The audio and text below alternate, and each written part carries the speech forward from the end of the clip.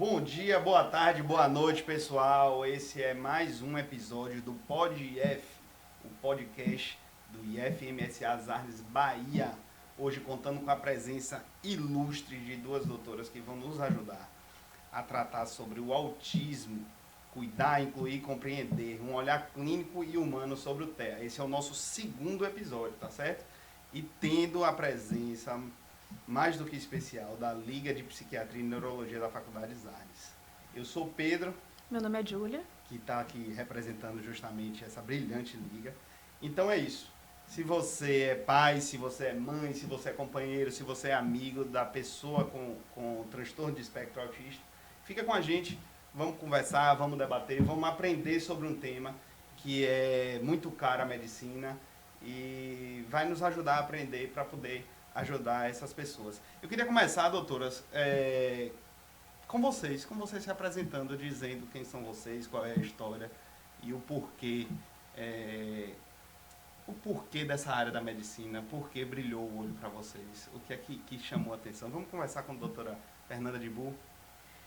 Olá, eu sou Fernanda de Bu, neuropediatra. Falar da escolha da neuropediatria, eu acho que de certa forma sempre esteve, né? Desde do primeiro ano da faculdade. Na verdade, inicialmente eu pensava em ser neurocirurgiã, mas eu estava bem como pediatra, já atuava como pediatra há 5 anos. E a minha segunda filha, por volta de 1 ano e meio, eu percebi atraso no desenvolvimento e acabei sendo puxada, né, para neurologia infantil na busca de entender melhor e de poder ajudá-la.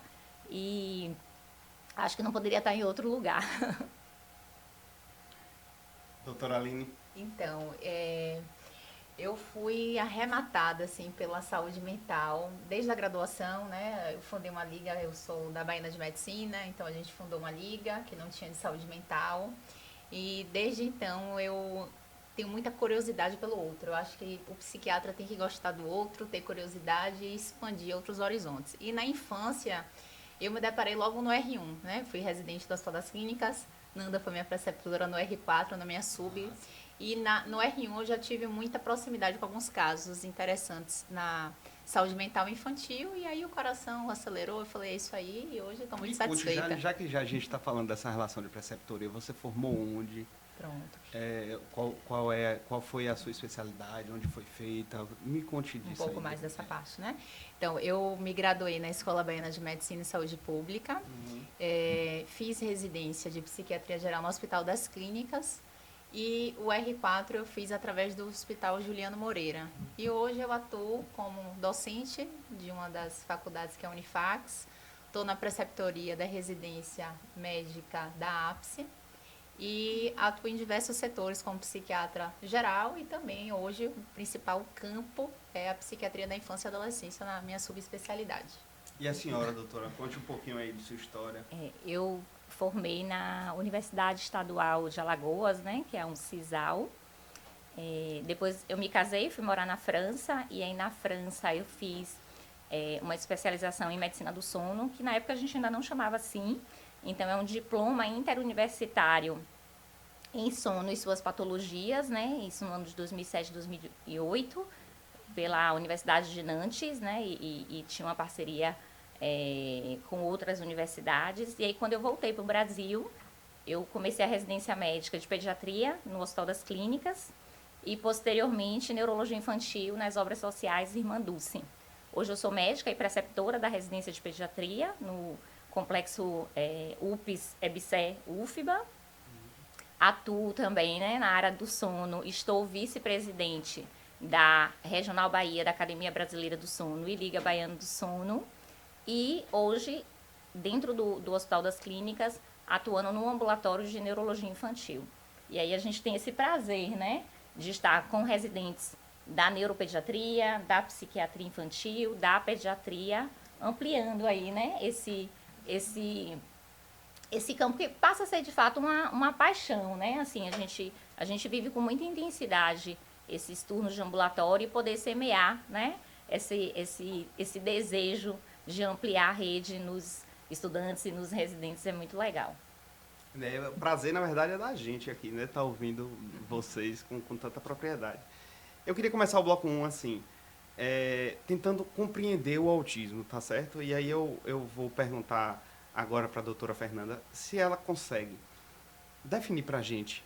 Lembrando que tem um bocado de estudante de medicina ouvindo a gente, mas também tem um público que não é da área, que está ligado à temática.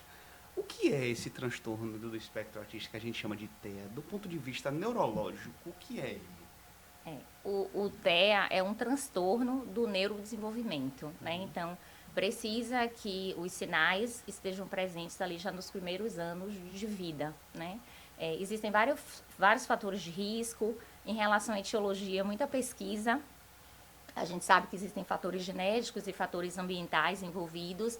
E o pilar fundamental é esse déficit pessoal social, né? Então, a gente tem um déficit persistente da comunicação e da interação social e, somado a isso, comportamentos repetitivos, restritivos, isso também relacionado às atividades e os interesses. Então, são os dois pilares centrais quando a gente pensa em TEA, que pelo DSM-5 a gente vai colocar como critério A, né, e critério B. A partir desses, a gente segue, né, para a conclusão diagnóstica buscando os outros critérios, que aí seria esse início precoce, né, nos primeiros anos de desenvolvimento, que é o critério C, que isso causa um prejuízo significativo social, emocional, acadêmico, que é o critério D, e o critério E quando a gente exclui outras causas que justifiquem essas alterações, né, esses comportamentos iniciais. Mas a gente pensa muito numa deficiência pessoal social. Né? Hoje, quando a gente fala de deficiências, deficiência visual, deficiência auditiva, deficiência física, deficiência intelectual, e aí o TEA passou a ser considerado também uma deficiência nesse contexto. Uhum. Aí é interessante para a gente, assim, como a gente está trazendo um público de fora também, a gente está super acostumado com o DSM-5, né? Mas, assim, o público de fora, ele não compreende, talvez, ele não entenda bem esses critérios. Então, eu acho que o que é importante para a gente pensar aqui, o que é esse público que está lidando com o TEA precisa observar para dizer, poxa, eu estou diante de uma possível pessoa com transtorno de espectro autista, eu preciso me preocupar com isso e levar às senhoras esse paciente. O que é que essas pessoas precisam ver? Quando a gente vigia os marcos do desenvolvimento, né, e aí a importância da puericultura, do acesso ao pediatra, a gente tem um marco, né, etário para cada habilidade. Né? A gente fala de habilidades de linguagem, habilidades motoras finas e grossas, habilidades de comportamento, de cognição, né, e também a parte social e emocional. Então, aquela criança que tem atraso na linguagem, né, como eu citei o exemplo da minha filha, com 1 ano e meio, né, 18 meses, a gente espera que a criança já esteja combinando palavras. Então, você tem uma criança que está demorando de sentar, demora de andar, atraso nas primeiras palavras. Você começa a observar comportamentos repetitivos. A gente fala muito de flap, né, de balanço de mãos, mas às vezes são outros movimentos, às vezes são movimentos menores. Rodar em torno de si mesmo, às vezes vai para um lado e para o outro, né, repetidas vezes. O interesse pelos objetos é diferente, então um carrinho vai brincar com a rodinha do carrinho, por exemplo, vai enfileirar, empilhar objetos. Então são crianças que começam a ter comportamentos atípicos e às vezes muita irritabilidade, né, alterações bruscas de humor, aquela criança que quando está num ambiente onde tem muita gente, ela não está confortável. Às vezes a dificuldade na introdução alimentar, recusa, né, muito intensa, que a gente fala da seletividade alimentar, só come determinada cor, só come determinada textura. Então, por exemplo, só quer alimentos claros, então só come arroz branco, macarrão na manteiga e não aceita nenhum outro alimento, ou textura, né, não toca em coisas moles, não coloca o pé na areia. Então, essa vigilância dos marcos do neurodesenvolvimento, ela é fundamental. A Sociedade Brasileira de Neurologia Infantil tem uma cartilha acessível, né? Quando você coloca no site de busca AJC do SBNI, tem uma cartilha que é feita para os pais, onde ele coloca em todas as fases, né, quais são os sinais de alarme para você buscar o pediatra ou o médico, né, da família para dizer assim, não, isso aqui ele deveria estar fazendo e não está, isso aqui está atrasado, isso pode ser autismo. Poxa, legal. E o diagnóstico, eu vou lembrar do bastidor. O diagnóstico, quando é que você abre ele? Porque a senhora não gosta do termo fechei o diagnóstico. Me diga aí, clinicamente, como é que ele abre, como é que se abre o diagnóstico do TEA? Tem algum exame que você faz? Tem alguma coisa que é preciso levar a criança para fazer? Me conte. O diagnóstico ele é clínico. É claro que a gente faz sempre um rastreio, a gente costuma dizer que a porta e a janela do cérebro são olhos e ouvidos. Então a gente faz avaliação auditiva, avaliação oftalmológica, a gente vê do ponto de vista metabólico, né? Se tem alguma alteração, hipotireoidismo é uma causa de atraso do desenvolvimento. É muito importante a história pré-natal, né? Então, uma mãe que teve diabetes, hipertensão, infecções durante a gestação, a gente já sabe que é um bebê de risco. Prematuridade também chama muita atenção, que tem um risco aumentado. Então, você vai juntando, né, na anamnese pontos de risco neurológico somado ao exame neurológico, onde você vai observar esses sinais, né, de atraso do desenvolvimento neuropsicomotor. E o diagnóstico é feito baseado, quando a gente fala do DSM-5, ele é um manual diagnóstico de transtornos mentais, que a gente usa, né, da psiquiatria, e que ele é o mesmo no mundo inteiro. Então, a pessoa que tem um diagnóstico de autismo no Brasil, seguindo esses critérios, em outros países são esses mesmos critérios que vão ser utilizados, né? Então, precisa preencher, existem escalas, né, validadas também, que podem ser aplicadas, e às vezes a gente pede avaliações complementares, uma avaliação neuropsicológica, por exemplo, para a gente pensar na avaliação, né, da inteligência, da cognição social, das habilidades sociais, mas o diagnóstico ele é clínico. Tá, e essa avaliação, além dessa avaliação, me parece que o TEA, como a senhora vem explicando, é um diagnóstico que é multidisciplinar, e o cuidado ele é multidisciplinar. Com esse cuidado, com essa atenção, a gente consegue curar? A gente consegue regredir? Me conte aí. Falar de cura no autismo, a gente sabe que é um transtorno do neurodesenvolvimento e, assim, não sendo doença, a gente não pensa em cura. O que a gente aposta, né, na neurologia infantil é na neuroplasticidade, nessa capacidade do cérebro, né, de modulação, de reformulação. Então, quanto mais precoce essa intervenção, maior a chance da gente estar criando novas conexões, novas redes neurais, para que esses déficits sejam diminuídos. Então, se não existe um prejuízo significativo, deixa de ser transtorno. Então, ainda que eu tenha características autísticas, o que a gente busca é um enfraquecimento, digamos assim, do transtorno. Porque no momento que eu começo a ter funcionalidade, né, é claro que você vai fazer treinos de habilidades sociais, mas a dificuldade da interação, ela vai existir.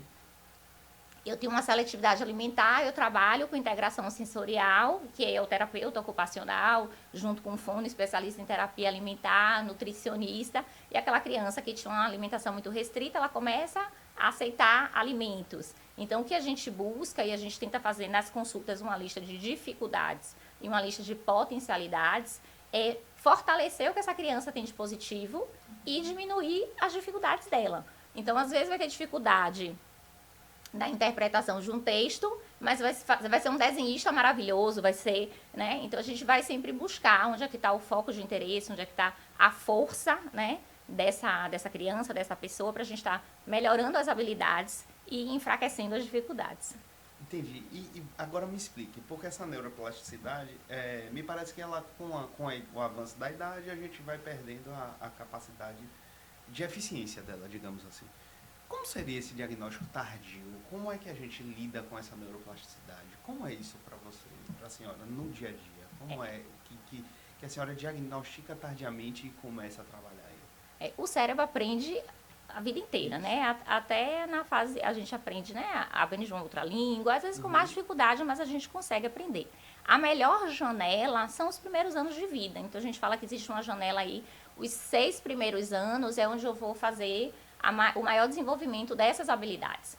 Então, até os 3 anos, a gente tem uma grande janela, a gente está organizando, né, esse cérebro. Dos 3 aos 6, isso ainda é muito possível. E à medida que o tempo vai passando, isso vai diminuindo de velocidade, digamos assim. A gente continua aprendendo, a gente não desiste, né, a gente não deixa de tratar, porque começou mais tardiamente. A gente sempre vai investir em terapia, buscando a melhoria da qualidade de vida. Mas quanto mais precoce, e os estudos hoje trazem isso, né? Crianças que tiveram diagnóstico de TEA nos primeiros 3 anos de vida, com intervenção adequada, precisa, 1/3 delas, né? Num estudo que saiu em outubro de 2023, ele trazia que 1/3 dessas pessoas enfraqueciam esse diagnóstico. Eles falam muito hoje de resultado ótimo, né, Aline? Resultado ótimo. que é aquele resultado melhor possível dentro daquele cérebro que é geneticamente, né, determinado, né, biologicamente autista. Então, hoje você tem essa questão do resultado ótimo. Eu dei todas as oportunidades, ele chegou no melhor resultado que ele poderia chegar. Então, essas crianças ficam com esse diagnóstico na idade de 5, 8 anos enfraquecido. Não significa que na adolescência, onde a demanda social vai aumentar, né, onde as habilidades sociais são maiores, eu preciso pertencer a um grupo, como é que eu me ajusto de lá na frente, sobretudo quando a gente fala de um TEA nível 1 de suporte, com inteligência preservada, de vir sintomas de ansiedade, né, depressão, porque ele às vezes não consegue se encaixar, não consegue acompanhar, ou o grupo, por lhe perceber diferente, começa, né, a afastar. Então, a gente vê muito isso. Às vezes ele vai ficar bem aí nessa janela, né, de 5, 8 anos, e aí com as demandas da adolescência. Então, não dá para dizer que o transtorno vai desaparecer. Eu acredito que a gente vai flutuar, e por isso a importância de cada avaliação a gente está centrando na dificuldade. Eu sempre falo para mim, o que é que está mais difícil hoje? Não, doutor, o que está mais difícil hoje é a irritabilidade. A gente vai trabalhar isso. O que é que está mais difícil? É a agressividade. Não, ele está ótimo, ele já consegue, ele já tem 2 coleguinhas, mas não come nada. Aí a gente vai tratar a seletividade. Então, focar sempre nessa lista de problemas, né, Legal. atuais. Legal. Bom, eu já fui bombardeado de informação que eu acho que eu tenho que sentar para estudar. Mas eu acho que está na hora da gente trazer a doutora Fernanda para o tema também, que ela está muito caladinha. O que é que você acha? Sim, com certeza. Então, doutora Aline, não é isso? Perdão. Aproveitando esse gancho de psiquiatria, eu queria saber se você pode me dizer um pouco sobre os impactos emocionais e comportamentais que são mais comuns nas crianças e nos adolescentes com transtorno do espectro autista. Perfeito. Eu acho que, assim, cada faixa etária, a gente tem comorbidades que são esperadas. Comorbidade é o que, Aline? São 2 condições. Então, as pessoas que estão no espectro do autismo, elas são mais susceptíveis a ter outras condições psíquicas. Sim. Como assim? Ansiedade, depressão, transtorno obsessivo compulsivo, transtornos psicóticos. E cada faixa etária se espera uma comorbidade mais específica. Como assim? Na primeira infância, a gente vê mais os transtornos ansiosos. Então, muitas das vezes, a família vem para o psiquiatra com uma queixa de ansiedade, de depressão ou outra queixa. Quando a gente vai refinar, às vezes a gente vai e se depara com transtorno do neurodesenvolvimento, pelas comorbidades. Então, a gente tem que entender que são pessoas mais vulneráveis. Cada faixa etária a gente vai se debruçar uma condição específica e o olhar sempre vai ser esse, né? O que é que tem, como o Fernando explicou. Agora, o que é que tem de prejuízo? É um sintoma ansioso? É uma questão cognitiva de atenção, de memória, de velocidade de processamento, de prejuízo em desempenho acadêmico, para a gente pensar em diagnósticos diferenciais, né? Porque o raciocínio todo também é diagnóstico diferencial. Tem uma condição e a gente vai entender se o sintoma é só da condição do espectro do autismo ou tem outras condições envolvidas que a gente tem que investigar. E essa investigação tem que ser sutil. A investigação tem que ser com a criança, tem que ter um diálogo com a escola, tem que ter um diálogo com a equipe multidisciplinar, com os cuidadores, porque às vezes a gente avalia a criança no consultório, ela está de uma forma ótima. E a família fala, não, doutora, mas na escola ela é outra coisa, ela é o oposto. Então, esse refinamento cuidadoso, cauteloso é importante para a gente também não dar diagnóstico precipitado e diagnósticos errados, porque é tudo muito minucioso.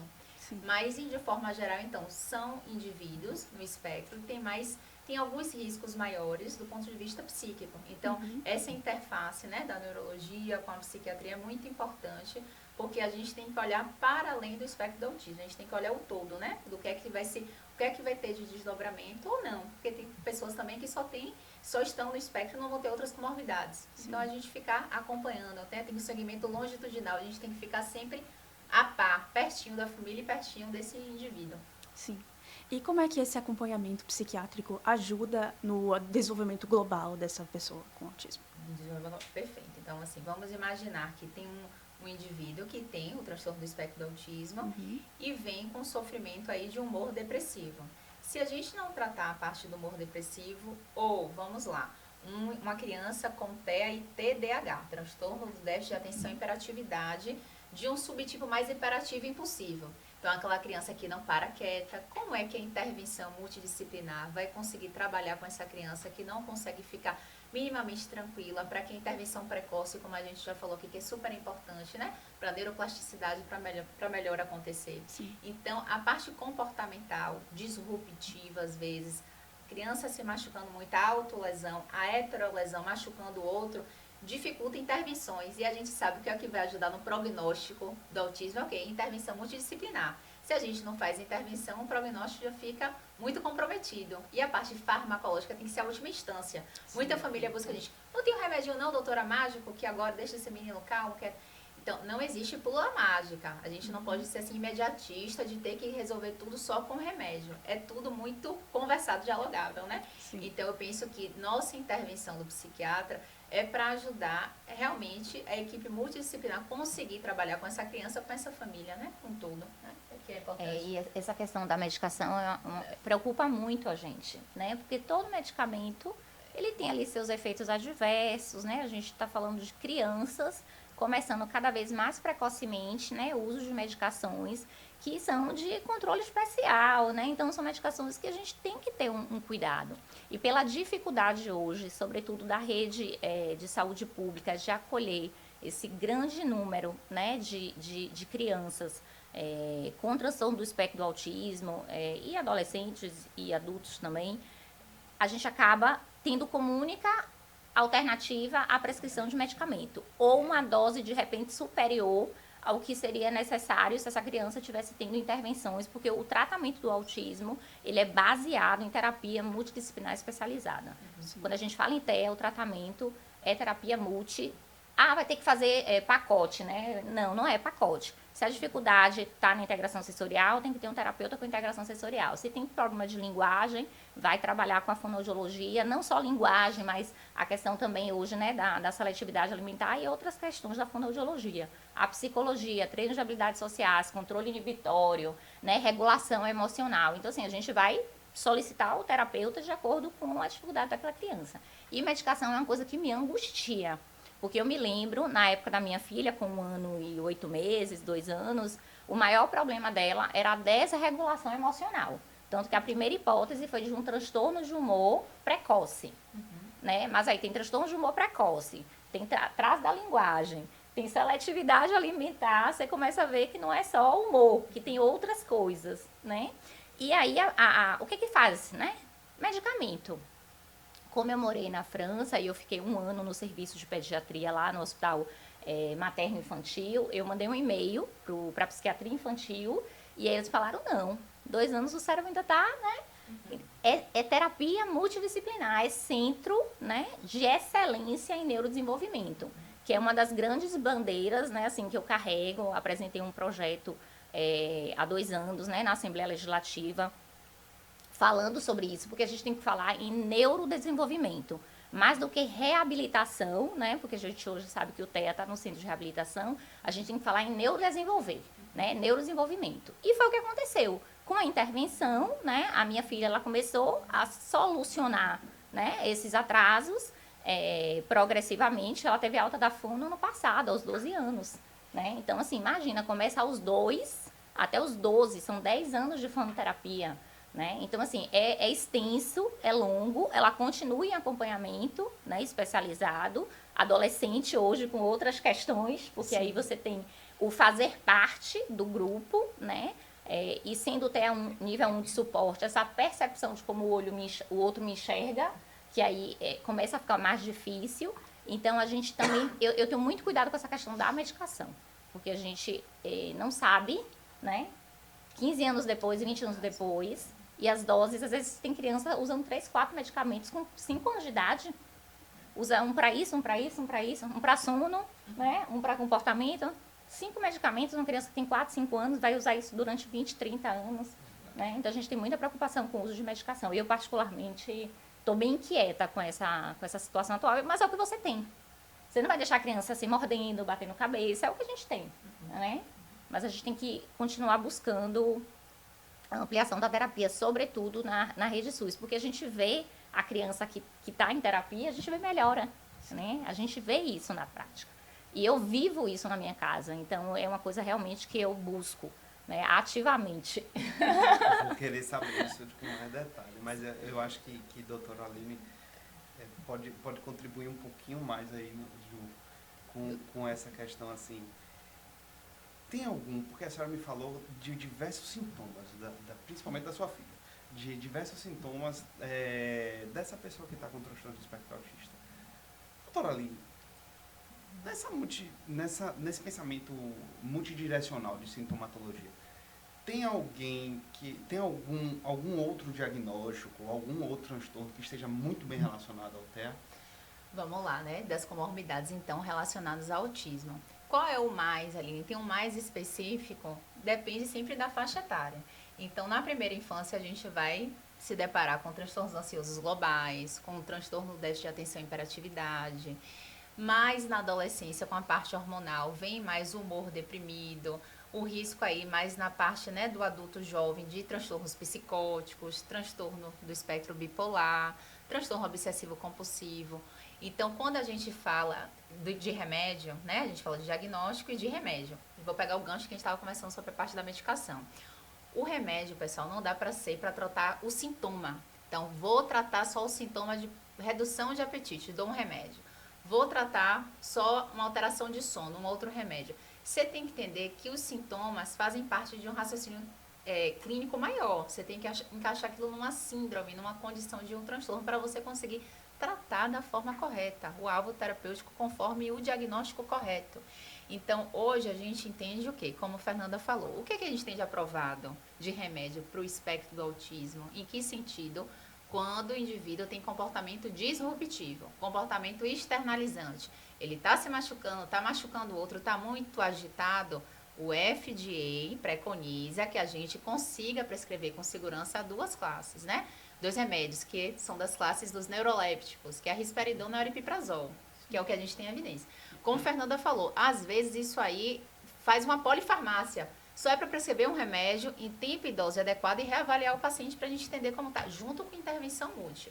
Não tem intervenção multi, a gente tem que progredir remédio, titular a dose, colocar a dose mais alta, e aí começa as polifarmácias, que são as confusões todas por efeito agudo, né? E aí, se a gente for refinar quais são os efeitos, tem vários metabólicos, clínicos e do ponto de vista neurológico e psiquiátrico, né? Então, eu penso que a gente tem várias comorbidades. Precisamos refinar com calma as comorbidades, porque cada comorbidade tem um tratamento, sim. Então, o TDAH tem tratamento de primeira linha, de eficácia, que são os psicoestimulantes. Sim. O transtorno ansioso, o transtorno depressivo tem primeira linha de medicação, que são os antidepressivos. Né? No transtorno obsessivo compulsivo, a gente também vai utilizar antidepressivos, às vezes com adjuvância de neurolépticos. Então, cada comorbidade tem um alvo, sim, terapêutico. No transtorno do espectro autista não é só isso. O remédio vai ser um auxílio pontual, diferente dessas outras condições do transtorno psiquiátrico, que é mais claro e mais pragmático de falar TDAH, primeira linha, segunda linha, terceira linha eu tenho X remédio. No toque, no transtorno do espectro do autismo eu também tenho as primeiras linhas, fica um pouco mais objetivo. A gente tem que entender que no transtorno do espectro do autismo não é tão simples assim, porque a gente tem toda a condição que é multifatorial, é epigenética, é gene, que interfere com a parte ambiental, que o nome diz, é um espectro, é uma condição muito heterogênea. Não é porque o paciente tem um diagnóstico vai ser igual ao outro. Tem várias sutilezas, né, que a gente tem que refinar. Então, é isso. Eu estou falando muito daquela coisa. Não, e assim, acho que uma coisa interessante é pensar em diagnósticos justamente diferenciais. Sim. Pensar que nesses primeiros anos de vida é um cérebro que está em formação. A gente vai terminar o cérebro lá já quase 20 anos, né, lá para frente. Então, uma criança, toda criança que tem atraso da fala tem autismo? Não. Ela pode ter só um transtorno do desenvolvimento da linguagem, né, que a gente fala às vezes de TDL, né? Ela pode ter só o transtorno da fala. Uma criança que faz movimentos estereotipados. Existe um transtorno chamado transtorno do movimento estereotipado, sim, que é também um transtorno do neurodesenvolvimento. Ela não vai ter alterações sociais, dificuldade de interação, de comunicação social. Ela só faz movimento estereotipado. Às vezes está ali na piscina, esperando o coleguinha e está fazendo movimento. Então, existem também, né, hiperatividade, né? A hiperatividade pode ser do TEA, pode ser do TDAH, pode ser de um transtorno de desenvolvimento intelectual, né, que a gente antes falava retardo mental, que é a deficiência intelectual. Então, a agressividade, né, que a gente usa o termo lesividade. Então, autolesividade, heterolesividade, porque não existe uma agressão, ele não machuca com a intenção, né, de agredir. Então, isso é do TEA ou isso é da deficiência intelectual, é de um outro transtorno, né? psiquiátrico, então a gente precisa realmente ver, né, com cuidado, porque senão a gente também começa a dizer que tudo é TEA, né? E saiu recentemente esse novo dado do CDC, né, com a prevalência agora de 1 para 31 na idade de 8 anos. Não, a cada 31 crianças na idade de 8 anos, uma tem TEA, de acordo com o CDC, né, na avaliação de 2023. Então, a gente tem visto a cada ano, eu respondi uma entrevista recentemente, era 1 para 36. Aí quando eu fui ler a entrevista, tá lá, né, 1 para 36. 2 meses depois já é 1 para 31. E aí daqui a 2 anos, quanto que vai ser? Então, voltar para a importância do neurodesenvolvimento. A gente pensar no pré-natal, na condição, né, que essa criança está sendo ali gerada, o uso do álcool na gestação, infecções, né, controle da pressão, diabetes, fatores de risco que aumentam, né, a chance de um transtorno do neurodesenvolvimento para a gente ir para o início. As questões genéticas a gente não tem como mexer, mas a gente tem como melhorar a questão comportamental e ambiental, né, para tentar melhorar esses números. Eu acho que então a gente pode, já que a gente tratou de questão ambiental, então se a gente passasse já para o bloco 2 e começasse o bate-papo aqui, em vez de pergunta direta. Porque aí eu já queria saber, assim, nessas questões ambientais a gente pode mudar através das intervenções, por exemplo, intervenções multidisciplinares. Vocês me falaram várias. Você falou que a filha da senhora, inclusive, só saiu do fono agora, né? Só recebeu a alta do fono agora. Então já é uma intervenção. Quais são as intervenções que as senhoras conseguem ver no consultório, no dia a dia, na literatura, que fazem a diferença na abertura desse diagnóstico, no acompanhamento e na melhora dessa pessoa para sair do transtorno, né? Para sair, para passar a ter funcionalidade, que eu acho que é o que importa, né? Viver minimamente funcional. A doutora disse que nem todo mundo é 100% funcional, mas eu acho que é possível, né? Nessa conversa aqui eu estou entendendo que é possível sim ser funcional saindo do transtorno. Então o que é que traz multidisciplinarmente? O que é que a gente pode pensar? O que é que vocês pensam? O que é que vocês veem que dá pra gente pensar nesse upgrade, nessa saída, nesse novo degrau? 100% eficiente em tudo, eu não sei, né, se a gente tem uma pessoa 100% eficiente em tudo. Eu, por exemplo, na cozinha, zero eficiência, porque até pela questão da agitação, né, da hiperatividade, vai colocar uma coisa, vai fazer outra, quando olhar já queimou, então não tem eficiência nenhuma, né, mas o que a gente busca é a questão da funcionalidade, né, então... e a gente vai fazer a indicação terapêutica de acordo com o que aquela criança apresenta de transtorno, de dificuldade. Então, se tem um transtorno da linguagem, a gente precisa, né, da fonoterapia, os transtornos de comportamento, da psicoterapia. Hoje a gente tem aí já, né, evidências com a musicoterapia. O profissional da educação física também chega hoje agregando, né, melhora aí da funcionalidade motora, né, e às vezes são crianças que têm uma seletividade alimentar com erro alimentar, então tem comorbidade de sobrepeso, de obesidade. Então a equipe multi é importante que elas, justamente, é interdisciplinar, mais do que multi tem que ser interdisciplinar, porque aí vai comunicando, né, Aline, de acordo com a necessidade daquela criança. Nem toda criança vai precisar de fonoaudiologia. Às vezes, a criança recebe alta porque ela fala, mas ela fala com a prosódia peculiar. A prosódia é a entonação, né, da voz. Então, ela tem que treinar, né, essa prosódia. Ou, às vezes, treinar turno dialógico. A gente está aqui numa roda de conversa e aí a gente tem que ter a leitura do momento que tem que calar para o outro falar. A gente chama isso de turnos dialógicos, né? Eu dou o tempo e, às vezes, a pessoa não sabe fazer isso. Ela não sabe o momento de entrar ou não sabe o momento de sair da conversa, né? Então, isso também é treino de habilidade de comunicação. Então, tudo isso vai sendo modulado de acordo com a necessidade de cada indivíduo. Essa questão de ser espectro, né? Às vezes a dificuldade é muito grande. É claro que a gente, quando fala do espectro, a gente está falando de níveis de suporte. Nível 1 precisa de suporte, nível 2 de um suporte, né, substancial, e o nível 3 muito substancial. E dentro do TEA, hoje a gente ainda especifica. É um TEA com ausência de linguagem funcional, aquela, né, pessoa que não fala, com leve ou ausente prejuízo da linguagem ou com prejuízo da linguagem. E em relação à inteligência, é inteligência normal ou tem transtorno de desenvolvimento intelectual? Então, esses especificadores também são importantes e não são fixos. Uma criança quer ter a nível 3 de suporte, pode ser 2, ou pode ser 2 em um momento e piorar e passar a ser 3. né? Então, é muito centrado nas necessidades de cada indivíduo, essa organização da equipe. Como é que tem sido isso para a senhora nessa organização dessa equipe? Me conte das suas dificuldades, dos seus enfrentamentos, ou até o que é que foi bom, o que é que lhe causa espanto de ser bom. Na rede pública, na rede privada, como é que está funcionando isso? Me conta, doutora. Vou responder, só vou dar um gancho no que Nanda trouxe sobre um outro pilar importante. A gente trabalha com pelo menos tripé na infância. Então a gente falou da equipe multi, então são os subespecialistas, então o neurologista infantil, psiquiatra infantil e a equipe multi. Precisamos falar da escola. Então a gente falou de inclusão. As escolas, hoje a gente percebe, tanto as particulares como, enfim, da prefeitura do município, elas não estão preparadas para receber essas crianças que estão no espectro. Como assim, Aline?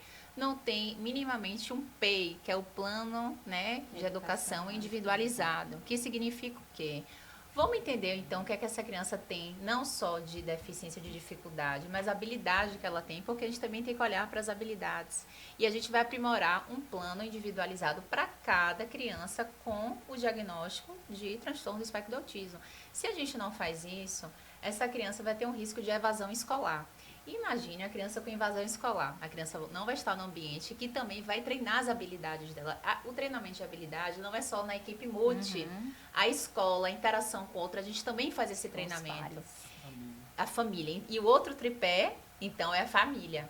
Então, a gente tem que trazer essa família para perto, fazer psicoeducação, explicar da condição.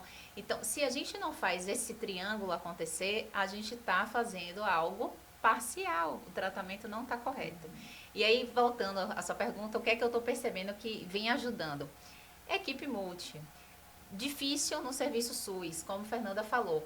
Vem, às vezes, para o especialista, então a gente dá o diagnóstico, mas o acompanhamento longitudinal desses indivíduos fica muito comprometido. Então, às vezes, a gente tem só o fono, o psicólogo, mas essa criança não precisa do fono-psicólogo porque ela tem uma questão mais sensorial e não tem um terapeuta ocupacional. Então, eu não consigo melhorar, às vezes, um comportamento da criança, que é um comportamento de irritação, de inquietação, porque, às vezes, esse comportamento está se comunicando com a questão sensorial. Por exemplo, ela tem incômodo muito absurdo por um barulho muito alto. E aí ela vai manifestar um comportamento agressivo, um comportamento inquieto por uma questão sensorial. Eu só vou medicar então o comportamento sem entender o que está causando? Não, eu preciso de um TO. Então o que eu vejo hoje, a orquestra mais linda é quando esse triângulo acontece. Acontecendo, nossa senhora, a gente fica muito feliz, a gente vê um prognóstico muito positivo. Parece que tudo vai numa sintonia perfeita, mas é muito difícil. Porque você vê que são 3 esferas. As escolas, a família, a criança e a equipe multi. Olha quanta complexidade está por trás de uma condição, entende? Então, nós, os especialistas, também somos responsáveis por tentar fazer essa comunicação. Não adianta só a gente tentar tratar a criança e só olhar ali rapidinho no consultório. Se você não fizer essa triangulação, não vai acontecer.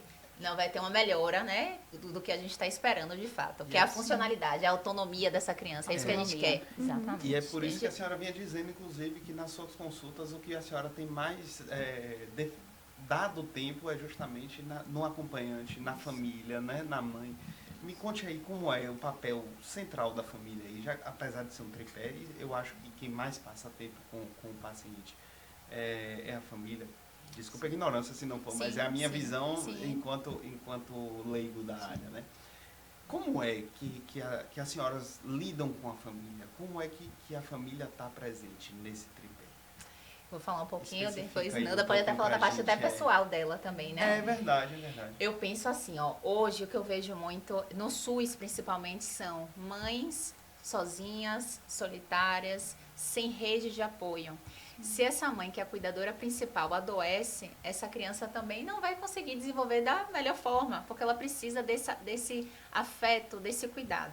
Então, hoje eu venho percebendo que é uma pauta para além da saúde mental, que é além da medicina, de política pública, de outras instituições que precisam enxergar essa mulher ou esse cuidador num olhar para além daquele papel materno-paterno, né? Aquela pessoa também precisa de ajuda, precisa de um cuidado. Então, hoje, eu penso que deveria ter também um ambiente de cuidado para essa pessoa, Sim. que é a principal figura para o desenvolvimento. Cuida do cuidador, Quem né? cuida do cuidador. Ninguém está cuidando desse cuidador. E aí a gente fica tentando direcionar o cuidado, então, para aquela criança que está no consultório, mas a gente olha aquela mãe sofrendo. Eu não vou olhar para essa mãe que está em sofrimento. Como é que eu vou fazer? Porque eu também não posso medicar essa mãe. Não, aí a gente tem que caminhar. E a rede, que é a RAPS, a Rede de Atenção Psicossocial, está faltando essa articulação. E a gente tem que olhar para isso, senão o prognóstico dessa criança também vai ficar reservado.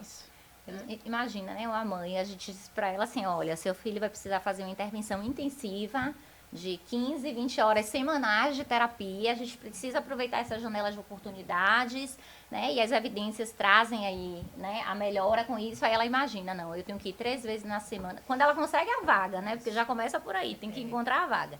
Aí conseguiu, aí ela vai pegar 1, 2, 3 ônibus, metrô, com o menino que grita, o menino que bate, o menino que não quer ficar nos lugares, e aí vai, e aí tem o valor, né, a questão financeira. E ela faz isso 1 semana, 2 semanas, 1 ano, 2 anos, 10 anos, né? Sozinha, muitas vezes, sozinha. E aí, quando fala a questão pessoal, assim, às vezes eu tô indo pra terapia com minha filha, 40 minutos, 45 minutos de carro, porque às vezes onde você encontra a vaga, você não tem perto de casa, você vai onde tem. E assim, eu tô de carro, 45 minutos, tem semanas que a gente está exausta, porque você já fez isso 1 ano, 2 anos, 10 anos, né? Imagina essa outra pessoa, aí eu falo assim, meu Deus, eu tô de carro, né? Tô ouvindo música, tô no ar-condicionado, as pessoas estão de ônibus, estão no metrô, né? Eu tô com uma criança, né? Um adolescente que é nível 1 de suporte hoje, mas demorou de falar, foi falar depois dos 3 anos, né? Ontem eu vi uma criança, por exemplo, com muita desregulação emocional, essa coisa da birra, de se jogar no chão. Assim, quando eu vi, você volta no tempo, porque eu vivi aquilo ali também em determinado momento, né? Vai ficando para trás, a gente acha que tá lá escondido, aí você vê uma cena, sua memória ativa novamente daquelas vivências que são difíceis. E o olhar para o amanhã, as mães querem saber se os filhos vão ter autonomia. Então você tem uma criança de 2, 3 anos, a mãe fala assim, mas ele vai falar? Mas ele vai conseguir ir no banheiro sozinho, ele vai conseguir comer sozinho. Então, essas mães estão exaustas, elas chegam chorando, elas desabam, porque elas não sabem o que fazer, elas não veem uma janela assim aberta longe, né? Assim, não, a luz está aqui, eu vou caminhar por aqui. E a gente tem sentido falta. Eu brinco às vezes assim, que o ideal era que ela chegasse no local onde o filho vai fazer tratamento e ela fosse tratada naquele mesmo local, né? Então chegou, tem lá, eu brinco que é a massagem de bambu, vai fazer um escalda-pés, né? Imagina, o menino tá na terapia, mas ela, um escalda-pés, uma massagem, acupuntura, a gente sabe que por esse grande número de mães, né? A gente fala mães porque a maioria são mães, mas de famílias, tem pais também que acompanham o filho às vezes, de ter esse lugar, né? E não tem psicólogo que dê conta desse número de mães, né? Então, hoje a gente tem, por exemplo, a prática integrativa, né? Então, você tem hoje a roda terapêutica, a roda comunitária integrativa, onde você pode fazer o acolhimento ali de 20 mães, 30 mães. Então, de fortalecer realmente essa rede de cuidado, porque ela tem que estar bem para cuidar dessa criança. Uma outra coisa é sono, né? Eu que sou da liga do sono, essas mães não dormem. Ontem a maior queixa era, doutora, ela fica acordada a noite toda e no outro dia eu preciso sair para trabalhar. E aí na creche ela fica irritada, a creche liga que é para ir buscar e eu tô no meio do trabalho, eu tenho que sair do trabalho. Então é uma mãe que tem que estar na rede, né, para poder manter o sustento da casa. E aí fica tudo disfuncional, né? Então eu acho que cuidar da mãe, a gente assim vai acumulando, né? Vai segurando, mas chega uma hora que desaba, né? Não dá conta. É muito interessante. Eu tô ouvindo as senhoras e tô aprendendo, porque eu, no meu olhar de leigo, e eu acredito que boa parte do nosso público também, eu olhava para essa mãe e dizia, não, o Estado está dando o BPC, vai funcionar, vai melhorar a vida. Mas, efetivamente, tem questões sociais e psicológicas que o financeiro só não vai resolver. Tudo bem, ele é fundamental, mas me parece que eles não vão resolver, né? Tem sido muito aprendizado aqui hoje, viu? Eu estou bastante feliz, viu? Vamos para o bloco 3? Você pode me ajudar nisso aí? Vamos lá. Tudo bem, falar um pouquinho, né, sobre a inclusão da escola, sociedade, respeito à diversidade dessas pessoas e dessas famílias também. Vocês já falaram um pouquinho sobre como o papel da escola, né, mas eu queria aprofundar um pouco sobre como é que a escola pode ser mais inclusiva com essas crianças e com esses jovens que têm autismo. começar, Aline? Vai defender aí que essa parte você tá bem à frente. Professora, depois eu pincelo, por favor. Eu tive muitos problemas, né, com essa questão da escola, como a Aline falou, a questão do plano educacional individualizado, que é um termo até recente. Eu tenho 20 anos de formada, a gente não falava de TEA, né, como a gente fala hoje, e certamente muitos professores estão aí também, né, as instituições estão aprendendo e estão buscando formas de melhorar. Mas, assim, essa questão do espectro, eu acho que isso é um grande desafio, porque eles não são iguais. Então, não dá para ter um roteiro onde toda criança que tem dificuldade, você vai colocar para fazer prova numa sala separada, vai aumentar o tamanho da letra, vai espaçar a linha e é todo mundo igual. A gente está falando de pessoas com inteligência normal, com pessoas com prejuízo, né, da inteligência. Até superdotado, né, Danda? Ou de altas habilidades, né, de superdotação, que é a inteligência, né, superior. Aí você tem as comorbidades, por exemplo, é uma pessoa que tem TEA de inteligência normal, mas ela tem descalculia.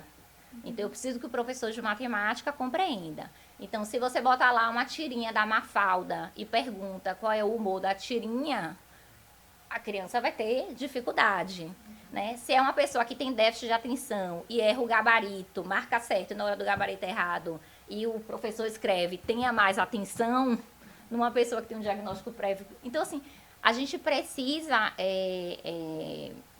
ter, eu acho que a escola, ela não pode ficar esperando o médico dizer o que é que ela tem que fazer. E a gente vê muito isso, mas tem que colocar no relatório o que é que ele precisa. A escola, do ponto de vista pedagógico, ela vai ter que ter uma análise, né, desse indivíduo e o que é que ele pode favorecer o aprendizado desse indivíduo. Raiz quadrada, né? Eu cito muito raiz quadrada. Fala para uma pessoa que tem TEA, né, que tem essa coisa do concreto, né? Raiz quadrada. Raiz é raiz de árvore, raiz quadrada de 4. É difícil. Ele vai usar isso, né? Eu comprei um livro de poesia outro dia, e aí eu falei assim, mas assim, vai usar?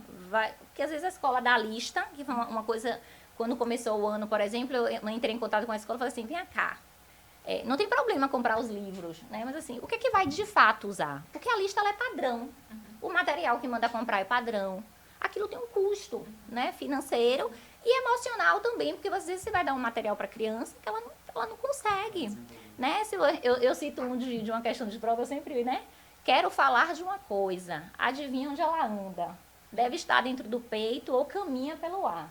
Esta coisa é a vibração da juventude, caso real, né? Então imagina para uma pessoa no transtorno espectro do autismo, que a gente fala que eles têm muita coisa da literalidade, né? Tem que ser concreto, né? Eles pensam de uma forma muito óbvia, né? Então, você ai, morri. Como que você morreu? Você tá aí falando, né? Peraí, 1 segundo. Você pediu 1 segundo, né? Já foi. Eu vou fazer essa abóbora aqui, senão ela vai ser perdida. Como assim? A abóbora pode se perder, né? Então, às vezes a gente mesmo, no nosso diálogo, a gente vai usando essas figuras de linguagem e metáforas e esquece que a outra pessoa tem dificuldade com aquilo. Sim. Então, se a professora, né, coloca uma questão dessa na prova e acha que ele vai dar conta, não vai. Mas às vezes é uma criança que tem uma inteligência, né, excepcional para outras coisas. É a forma como é perguntado. Tem dislexia, às vezes. A questão de fazer prova oral, né, a descalculia, o uso da calculadora. Então, esse é um papel da escola. A gente vê um esforço da escola hoje tentar, né, mas a gente ainda enfrenta muitas lacunas. Acho que é sobretudo de esperar que a gente, médico, diga o que é que tem que ser feito. Eu acho que a escola é que tem que identificar, porque tá difícil chegar até a gente. Nós somos poucos, né? Inclusive, reforçar a importância do pediatra. O pediatra, ele pode ali estar observando esses atrasos. Eu era pediatra quando eu vi que a minha filha estava com atraso de desenvolvimento. E graças a Deus, por isso ela iniciou precocemente a intervenção. Mas a gente fica esperando o médico dizer o que é que a escola tem que fazer. Sim. A escola, a gente orienta, a gente dá o diagnóstico, a gente fala o que é que aquele indivíduo tem como dificuldade. Mas a escola vai precisar caminhar junto com a gente na busca de informação. Acho que esse momento aqui é muito importante, porque, inclusive, é o slogan, né? A gente está no mês de conscientização do autismo, é o Abril Azul, dia 2 de abril, né? Foi o Dia Mundial de Conscientização do Autismo, e é justamente a informação gera empatia, empatia gera respeito, né? Então, informação. E hoje a informação ela está mais acessível, né? A gente tem que se apropriar desse conhecimento, isso em todos os ambientes, não é só a escola, não. Sim. É no trânsito, é no turismo, né? É no social, são as pessoas da sociedade de uma forma geral. Desculpa, inclusive, quando você falou de raiz quadrada, você me lembrou de uma situação minha. Eu sou a pessoa que tem autismo, eu sou o nível 1 de suporte. E eu lembro quando eu estava tendo raiz quadrada na escola. E eu não entendia o porquê que era raiz quadrada o nome. E aí eu cheguei para o meu pai, eu ainda não tinha tido o diagnóstico. Eu cheguei para o meu pai e eu perguntei, pai, por que é isso? Por que é raiz quadrada? Qual o sentido disso? Aí ele veio me explicar a origem da palavra, a tradução de por que em português é raiz quadrada, e me explicou a partir de quadrados da parede. Então, por exemplo, a raiz quadrada de 4 é 2, porque se você fizer um quadrado de 4 e dividir ele em quadrados menores, vai dar 2 quadrados para cada lado. Eu aprendi com essa visualização assim. Incrível. Então, foi uma forma prática e lúdica de tentar fazer com que eu compreendesse aquele assunto. Que foi algo do meu pai. Meu pai não tem nada de pedagogia, sim, assim, ele é mais número mesmo, ele sabe de matemática. Mas, assim, é essa questão de adaptação do ensino, que eu acho que se eu chegasse para o meu professor e perguntasse isso, ele não teria essa praticidade de conseguir entender a minha demanda de dificuldade de aprendizado naquilo e dizer para mim o que era aquilo mesmo, sabe? Eu acho que ele só falaria, não, raiz quadrada é isso aí. Mas eu ficaria assim, mas o que é? Eu não entendia. E a maioria das pessoas vai fazendo no automático sem ter, né? E ele te dá uma coisa concreta, né? Você consegue visualizar o quadrado e saber, né? Isso. Frações também, né? Então, assim, um quarto, né? Então, às vezes, você tem que pegar ali, né? Cortar. E assim, muitas vezes a gente precisa de além do psicopedagogo, de um professor auxiliar, a gente fala, né, do acompanhamento educacional especializado, porque às vezes precisa de uma pessoa justamente do lado que diga, olha, é dessa forma, né? E assim, muito legal o seu exemplo, porque é exatamente isso, né? Você ir para o lugar do outro e pensar, poxa, às vezes eu mesmo falo coisas que aí depois eu falo, né? Porque a gente fala de forma espontânea e não percebe. A mesma coisa em relação aos ambientes, né? Então, ambientes com muito barulho, né? A gente tem muito, ainda mais na Bahia, né? Tem muitas coisas de tambor, de batuque. E às vezes no lugar tem uma pessoa, né? Que tem ali uma dificuldade sensorial. Escola é um ambiente muito barulhento, né? Então, de que forma eu posso dar algum conforto? Ou ao menos de perguntar, você tá bem? Esse ambiente. Apresentação, às vezes, né? Oral, você deve ter passado um pouco por isso também, assim, de chamar para ir para o quadro e você tem uma descalculia e bota uma conta para você fazer, né? Ou ler e você tem um transtorno da fala, onde você fala peda, professora, e você tem 10 anos, né? A professora. E aí os coleguinhas, né? A gente tem muito cuidado com a questão do bullying também, né? A gente tem buscado uma orientação em relação a isso. Então, eu acho que a compreensão desse indivíduo, porque cada um vai ter uma demanda específica. A gente fala de pessoas com necessidades específicas, né? E a escola vai precisar estar com esse olhar individual. Só pra gente ir pro próximo ponto, porque eu vou pegar só seu discurso, que eu achei lindo. Você vê a sensibilidade do seu pai de te explicar de uma forma que fizesse sentido para você seguir. Sim. Porque é uma sutileza, mas é tão pontual que se ele não fizesse isso, possivelmente poderia ser um momento que você poderia ficar triste, ou não entender, ou desistir. Eu tô falando isso porque às vezes são coisas tão simples que fazem toda a mudança na vida daquele indivíduo. Sim. E aí a pergunta que você trouxe, que foi a norteadora, foi assim, como a gente vai ajudar então essa escola? A escola não pode só esperar o especialista fazer isso. A escola tem que se apropriar, tem que se capacitar, a família tem que ser parceira. Hoje eu vejo muito delegar para o especialista. Então, assim, a escola não quer o problema, bota aí no especialista. A família também está cansada por vários motivos, não é julgando nenhuma família, eu sei que é difícil. mas bota aí pro profissional. Então, tudo vira do profissional. Mas não é algo da sociedade, não tem que ser algo de todo mundo em prol do melhor, mas isso não acontece. Então, hoje é todo mundo querendo algo rápido, sociedade imediatista, tudo é diagnóstico para ontem. Às vezes a gente não está entendendo se o diagnóstico é ainda ou não, porque tem que ter avaliação, mas a gente é forçado a dar um diagnóstico pela escola, dar um diagnóstico pela família, e a gente tem que ter cuidado, né? Porque às vezes são características autísticas que não preenchem critérios suficientes para um transtorno, e a gente fica naquela situação de, eu sei que eu tenho que colocar o diagnóstico por fins legais e fins de benefícios e questões outras. Por outro lado, a gente às vezes ainda não entende que é um diagnóstico de fato fechado, entende? Então, eu acho que hoje a gente precisa trazer essa conversa sempre. É o que não tem feito, né? Tentando envolver política pública, governo, verba, porque é uma questão que você vê, as esferas todas precisam estar em sintonia. Não dá para você delegar só para um especialista e falar, você vai ser responsável por tudo isso, que não vai acontecer, né? Não vai ser a melhor alternativa. Até para conforto, por exemplo, uma criança que está dentro do ambiente escolar, né? Então, se ela consegue ali ter uma equipe multi, também dentro desse espaço da escola, né? Já é uma mãe que não vai tirar a criança da escola para levar para terapia fora. É claro que eu separo muito o que é papel, né, da escola, né, o que é educação e o que é saúde. Mas elas podem sim, né, ser complementares e ter esse apoio em benefício da criança. E como é que vocês diriam que dá para lidar com essa falta de conhecimento mesmo das instituições, das escolas, dos ambientes que essas crianças e esses jovens frequentam, né? Como é que vocês acham que pode lidar com esse preconceito também, que é um fator importante?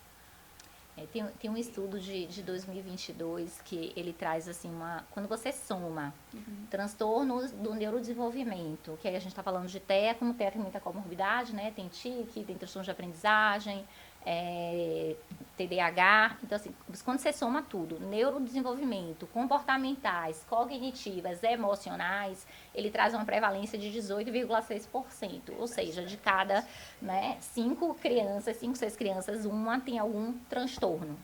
E aí, se você coloca aqui na sala, são 25 a 30, você vai ter aí, né? Em cada turma, 2, 3, às vezes tem 4, 5 crianças na mesma turma que tem um transtorno diferente, com necessidades diferentes. Então, eu acho que dentro hoje a gente tem escolas de saúde públicas, municipal, estadual, que podem estar promovendo, né, capacitação. Eu acredito muito na multiplicação da informação. Sim. A Aline falou da família, os estudos trazem que países, né, mais pobres, o primeiro ponto é treinamento parental, porque você não tem profissionais que deem conta, né, de todo esse número de pessoas demandantes. Então, a família precisa também ter esse treinamento, saber na crise, saber como ela reage, né, a determinado comportamento. É claro que ele não vai assumir o papel do terapeuta. Eu não posso ser a terapeuta ocupacional, não tenho formação para isso. Mas tem coisas que eu já antecipo, que eu sei que não adianta, né? Você forçar, né? Vai engolir essa comida aí porque só tem essa, e a criança ela não consegue, né? Então, eu acredito muito na questão da capacitação, da informação. E às vezes isso precisa ser feito de uma forma gratuita, porque todos esses cursos, todas essas formações, elas são muito caras, né? Então, hoje um profissional da fonoaudiologia, por exemplo, ele tem formação em prompt, que é uma técnica, né? Comunicação aumentativa alternativa, ou a própria integração sensorial de Aires, que faz o terapeuta ocupacional. Tudo isso são capacitações que são pagas pelo profissional e que depois isso reverbera no valor, né, do serviço dele. Então, se isso é promovido, aumento de faculdades, né, públicas para terapia ocupacional, para outras áreas aí do neurodesenvolvimento, focada em neurodesenvolvimento, hoje a gente fala da pediatria do desenvolvimento, para poder a gente ampliar a assistência. Porque contando o número de neuropediatras, né, de psiquiatras infantis, se ficar esperando a gente dizer que tem alguma coisa errada e encaminhar para a terapia, a gente perde uma janela de oportunidades, né? O tempo para a gente é muito precioso. É para ontem, né? Assim, a gente viu, a gente quer que comece ontem a intervenção. Então, eu acredito muito no poder de capacitação dos profissionais. E eles pedem, eu acho, hoje, porque você está com um aluno na sua sala. Tem demanda. Né? Então, assim, como é que você gerencia? E eu acho que também tem que ter um equilíbrio dentro do plano educacional individualizado para você entender que uma pessoa com TEA nível 3 de suporte, não verbal com prejuízo da inteligência, ele não vai ficar na aula de geografia, porque a idade dele ele é 8º ano e que tem que ter inclusão escolar e que essa inclusão é incluir ele dentro da sala de aula. Isso não está escrito em lugar nenhum. Né? Então, ele vai ter muito mais ganho, às vezes, numa sala sensorial, num treino de atividades de vida diária, do que na aula de geografia. Né? Então, isso também é PEI, né? Isso também é plano individualizado. Eu acho que isso também a gente vai precisar discutir, né? Enquanto sociedade, qual é o melhor lugar dentro da escola para esse indivíduo estar. É até uma pauta, assim, eu acho sociológica, filosófica, porque nossa expectativa é que a criança, é que a criança siga o mesmo padrão de todo mundo. Fique quietinho, aprenda, siga aquele script que a sociedade espera do outro. Mas mesmo as pessoas que são neurotípicas não vão seguir um script. Então tem muita expectativa que não vai ser plausível comparado à condição de cada um. É isso que acho que a Fernanda trouxe assim, muito bem, porque a gente precisa desconstruir que todo indivíduo do espectro vai ter que seguir aquilo ali. A gente quer sempre o quê? Autonomia e funcionalidade. É isso que a gente quer. A gente não quer que a pessoa saia daquilo ali para seguir o que a gente quer, né? Ou que às vezes a gente sempre conversa com a família assim, qual é a sua expectativa? A gente tem que ouvir da família. O que é que você espera também?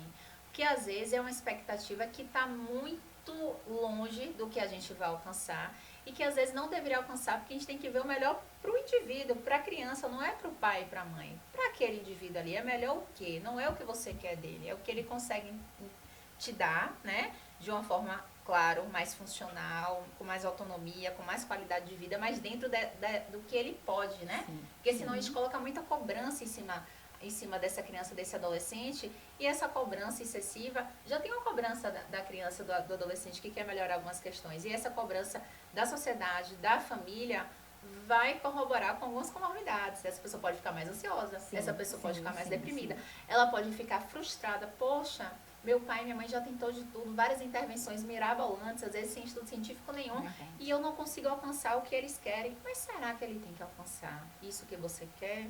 Eu acho que a gente tem que pesar a mão da balança, porque hoje tem muito relatório que o pessoal, bote um relatório forte aí, doutora, robusto. Eu falo, como é esse relatório forte aí, menino? Me conte. Um CID forte. Já vem listado pelo advogado. Um CID fortão. Eu falo, vamos lá, vamos entender que relatório forte é esse, que CID forte é. Porque senão vira receita de bolo. Todo mundo tem que fazer X horas de intervenção, com X horas de profissional, daquela forma.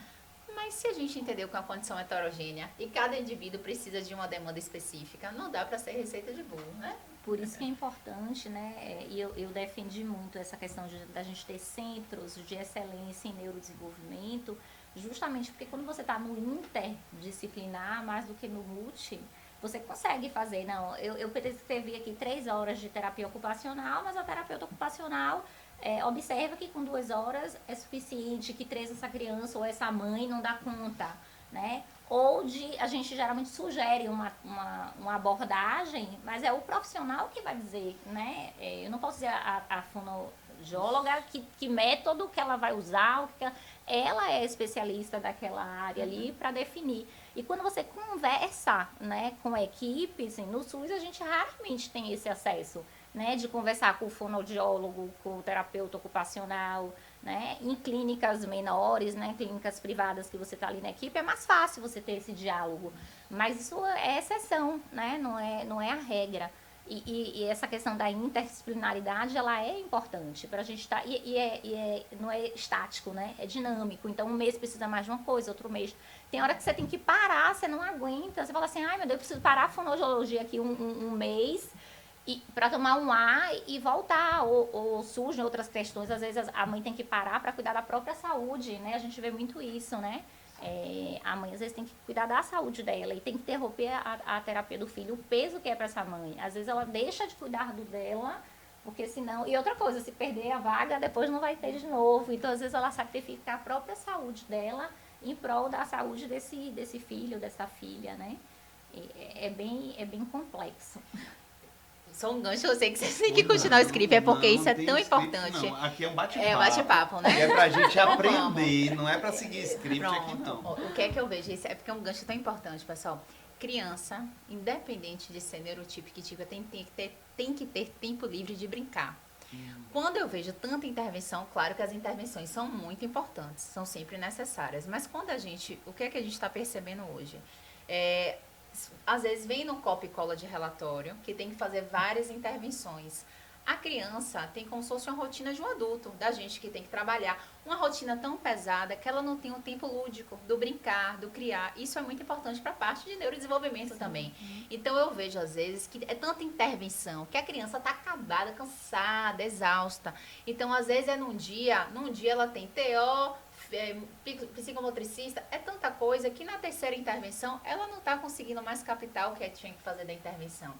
Então, é um cuidado, assim, a gente está falando muito de intervenção precoce, da importância de equipe multidisciplinar, mas muito bem direcionado e muito bem indicado.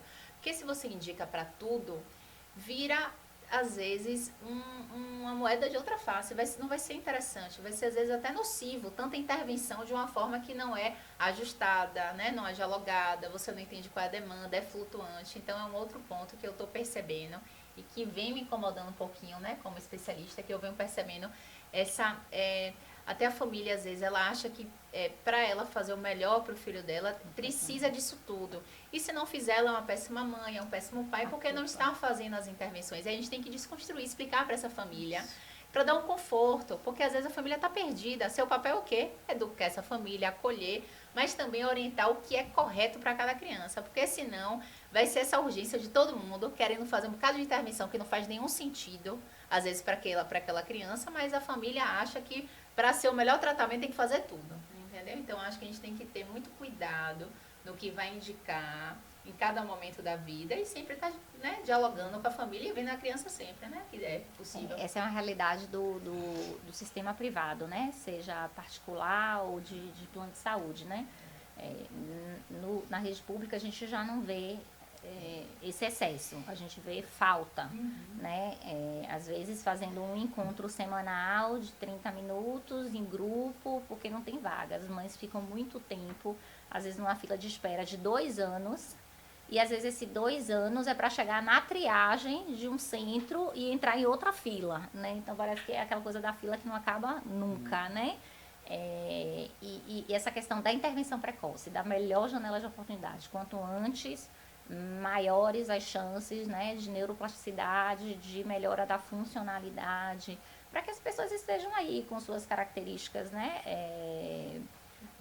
individuais, né, às vezes vai ter dificuldade na interpretação do texto que eu estava dizendo, mas vai ser um artista plástico, ou desenhista, enfim, são mil possibilidades, né, e eu acho que a gente tem que realmente oportunizar esse acesso para mais crianças, né? A detecção está sendo mais precoce, as famílias estão mais atentas, porque a gente fala o tempo todo hoje, né, de sinais de autismo, das famílias estão mais atentas, estão chegando para a gente mais precocemente, nessa janela de 0 a 3 anos, mas a gente ainda não trata. Então chega, a gente direciona, aí volta 6 meses depois, 1 ano depois, 2 anos depois, e não entrou em terapia. E aí a gente perde essa janela de oportunidades, que ela é crucial. Então, é um problema realmente de saúde pública, não é uma coisa que a gente fala da Bahia, né? A gente vê, às vezes, o município, a Bahia tem 417 municípios, né? E aí, como eu tenho uma certa proximidade aí nessa discussão junto aos municípios, não tem 417 neuropediatras e psiquiatras da infância na Bahia. Mas a gente não tem nem isso de pediatra, talvez, em todas as cidades, né? Eu não sei se toda cidade hoje tem um pediatra rede SUS, né? Mas o pediatra, o médico da família, ele também pode estar atento, ele também pode, dentro ali da sua comunidade, estar fazendo, né? Eu não tenho tudo, o que é que eu tenho? O que é que dá para fazer com o que eu tenho, né? E encaminhar precocemente. A gente precisa desconstruir que tem que ser o neuropediatra ou o psiquiatra que encaminha para a terapia. Se há atraso do desenvolvimento, a cartilha lá do CDC, né, que foi traduzida aí pela SBNI, haja cedo, aprenda os sinais. Então, aprenda os sinais, haja cedo. Esse é o lema, né? Então, assim, independente de que vai ser, ou que vai fazer, né, o relatório lá forte, se vai botar o CID, né, que é o código lá de transtorno do espectro do autismo, do que for, haja cedo, aprenda os sinais. Quais são os sinais? São sinais de atraso de desenvolvimento, são sinais de autismo. Vamos intervir, vamos, né, começar o tratamento, porque aí sim, a gente abre o horizonte de possibilidades. E às vezes a mãe fala, doutora, mas vai falar. Eu falei, mãe, você sabe quantos quilos ele vai ter com 10 anos? A gente não sabe, é um dia. Hoje, qual é o problema de hoje? Esse. Então, a gente vai trabalhar aqui. Amanhã, depois de amanhã, e vamos, né? Eu assisti uma vez uma palestra de um médico, falando que quando o filho nasce, né, a gente, enquanto mãe, a gente cria ali uma expectativa, né, de que vai ser assim, de que vai usar roupa tal, de que o cara... Não, aquilo ali é o indivíduo com vontade própria, né, com desejos próprios, ele vai escolher a roupa dele, o cabelo dele, a vida é dele, né. Mas é porque filho mostra a eternidade a gente, É, como se a gente não, mas olhasse, assim, eu sou eterno com meu filho. é ele, né? E eu acho que eu aprendi muito, né? Você certamente tem muitas histórias para compartilhar com a gente. Eu queria até te ouvir mais, Ju. Porque, assim, às vezes eu falava com a minha filha assim, você vai usar isso com isso, não combina. Aí ela olhava para mim e falava assim, quem disse? Eu estou confortável. E realmente, quem disse que isso não combina com aquilo, né? Você vai para o aniversário de Havaianas, o que é que tem, né? E tudo bem, vai para o 15 anos de Havaiana, tem aquelas Havaianas de brilhinho agora, né? Tudo certo, e a gente vai criando, né, padrões e acha que tem que estar todo mundo ali no padrão. Então, eu sempre falo que ser diferente não é ser anormal, né? Nós somos diferentes, cada um tem uma impressão digital, né? Não é à toa. Então, eu acho que esse respeito, e aí o tema é muito importante hoje do podcast, né? Justamente do respeito, da inclusão, né? Da informação. Porque é isso, nós criamos esses modelos e eu desconstruí muito com ela isso, né? Aprendo muito com ela. Eu acho que Ju está aqui, inclusive, para dar um podcast local de fala. E é importante que você faça, se sentir à vontade, é óbvio, um depoimento. Tudo bem que a gente está corrido no tempo, mas fale um pouco de você. Como foi a sua trajetória chegando até aqui? Como tem sido sua trajetória acadêmica? Como é que está aí na Liga? Porque é por isso também que você entrou na Liga? Fala um pouquinho aí pra gente. Então, eu recebi o diagnóstico tardio. Eu comecei a ter suspeita do TEA com 15 anos, mas o meu diagnóstico foi fechado com os 20.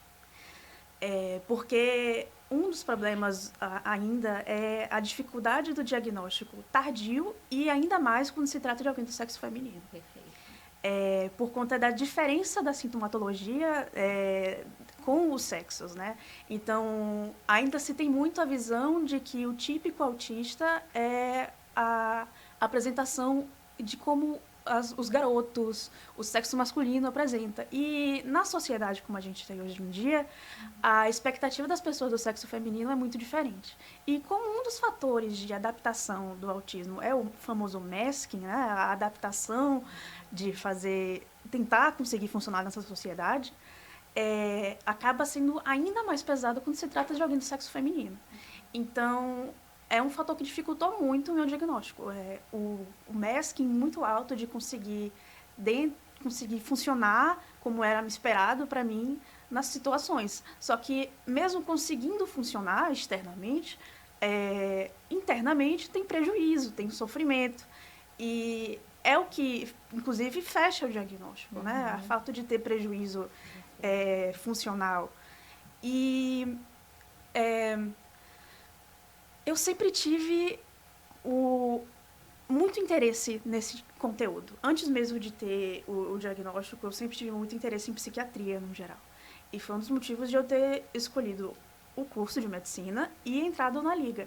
O fato de eu ser autista é um bônus, porque eu tenho esse insight de como é a situação, somente para alguém nível 1 de suporte.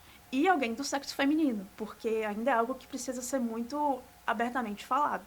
Uma das coisas que eu ouvi quando eu estava procurando o diagnóstico, por exemplo, foi de uma neurologista, que eu cheguei, olha, eu acho isso, eu trouxe todas as informações, todos os questionários, tudo que eu pesquisei, por que eu achava, porque eu não só cheguei e eu vi na internet como era e, portanto, eu achei que era. Não, eu fiz muita pesquisa para entender a situação, ver se de fato era aquilo, e quando eu falei, poxa, realmente parece que é mesmo, eu falei com meus pais e eu fui procurar a assistência médica. Eu já fazia terapia antes. E eu cheguei para a neurologista, eu expliquei tudo isso, falei meu histórico, falei tudo, e ela disse, mas eu acho que você não é autista porque você está falando comigo aqui agora. E você não parece que é autista. E eu só fiquei ali naquela situação de, poxa, não é bem assim que... não tem um critério diagnóstico de que se eu falo eu consigo ter inteligência, se eu tenho um comportamento X, que eu vou não ter a condição, sabe? E aí foi a dificuldade que eu tive foi de conseguir achar um profissional que me escutasse e que me acolhesse e falasse, não, realmente, bora investigar isso aqui, para ter o acompanhamento com o neuropsicólogo, para ter as avaliações, para fazer os testes, o acompanhamento, a conversa com os pais, aquela coisa toda de investigar se de fato, desde o início, era aquele tipo de comportamento, porque também é um fator de diagnóstico. E aí, só depois de muito tempo, 2 anos em fila de espera para conseguir a avaliação neuropsicológica, tudo isso contribuiu para que agora eu tenha um diagnóstico. Mas foi um processo grande. Então, assim, é meio que isso, sabe? Eu gosto muito de falar sobre esse assunto porque eu trago a visão de uma pessoa que recebeu o diagnóstico adulto e que, por ser do sexo feminino, ainda tem muita dificuldade desse acesso de diagnóstico.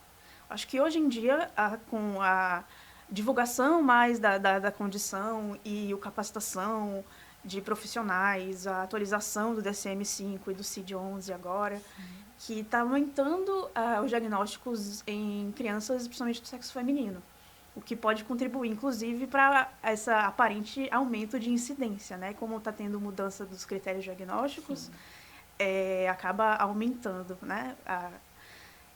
E outra coisa que é importante também, na minha opinião, é o fato de que essa criança e esse adolescente vão crescer e vão virar adultos. E também precisa de apoio e suporte mesmo depois de adultos, sabe? Mesmo fazendo toda a terapia, todo o acompanhamento durante a infância, durante a adolescência, essa pessoa ainda vai ter demandas na vida adulta que não acontece. Porque, como é um assunto, entre aspas, recente, tem-se aumentado a incidência de neuropediatras, psiquiatras infantis, que atendem a criança e a adolescência com essas demandas, mas não tem os formados para essas crianças quando elas crescem, ou os adultos que já têm esse diagnóstico.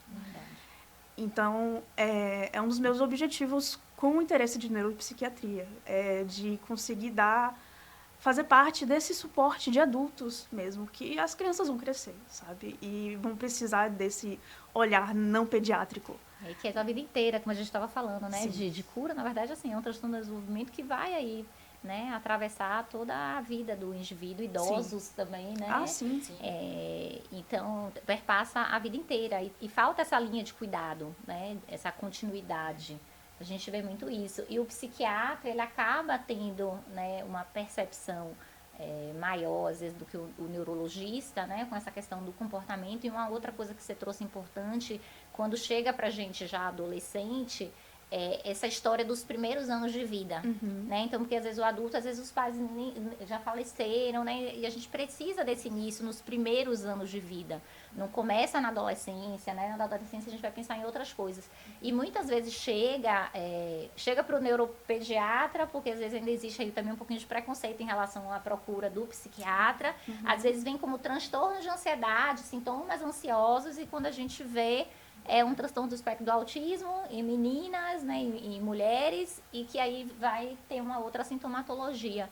Então, certamente tem muitas, né, mulheres aí sem diagnóstico ainda e passando por essa angústia, por esse sofrimento, né, por essa compreensão. E esse olhar do outro, eu sempre falo isso em relação ao critério D, que é o do prejuízo significativo, porque assim, como é que a gente mensura enquanto profissional ou enquanto sociedade o tamanho desse prejuízo para o indivíduo? Porque eu posso falar assim, não, eu acho que você não tem prejuízo, não. Mas você é que sente, você é que vive, é você que tem que fazer, né, o esforço, né, esgotar a bateria social. E eles fisicamente ficam exaustos, a gente vê, né, assim, passa um dia ali de atividade com colegas, porque, né, tá ali inserido, mas exige deles um esforço imenso. Então, como é que sou eu que vou dizer assim, não, eu não acho.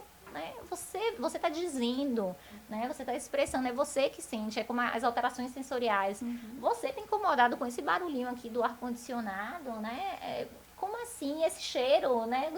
Tá te incomodando, eu não tô sentindo cheiro de nada, né? Então a gente tirar um pouco desse julgamento do outro, da dor do outro, porque é o outro que sente. Então acho que isso é importante também. Mas se a gente deixar, a gente vai passar o dia todo aqui. Ainda precisa permitir agora. Eu acho que se a gente deixar. A Aline vai fechar como psiquiatra e psiquiatra da infância a sua fala.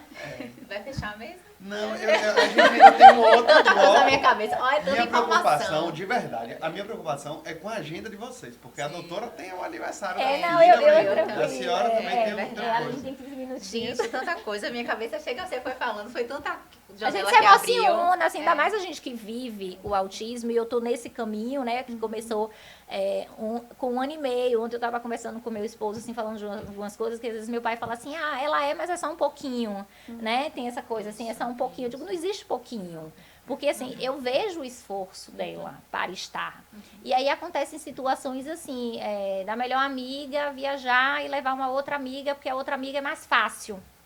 Por que é mais fácil? Porque não tem rotina, não tem ritual para dormir, come qualquer coisa. Eu sou a chata porque eu não como tudo, né? Aí outro dia ela falou assim, é porque eu sou fresca no restaurante. Ela falou, eu sou fresca, porque alguém disse para ela que ela era fresca, e aí ela repetiu. Eu falei, não, filha, não é fresca, você realmente tem dificuldade, né? Então, a gente vê ainda esse olhar, mesmo às vezes da própria família.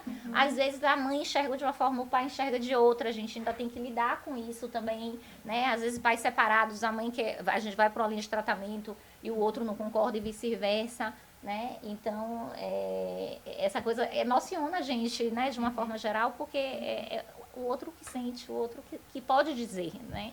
Quando ele pode, né? Porque nem todos podem dizer que aquela roupa está incomodando, que aquele barulho está incomodando, né?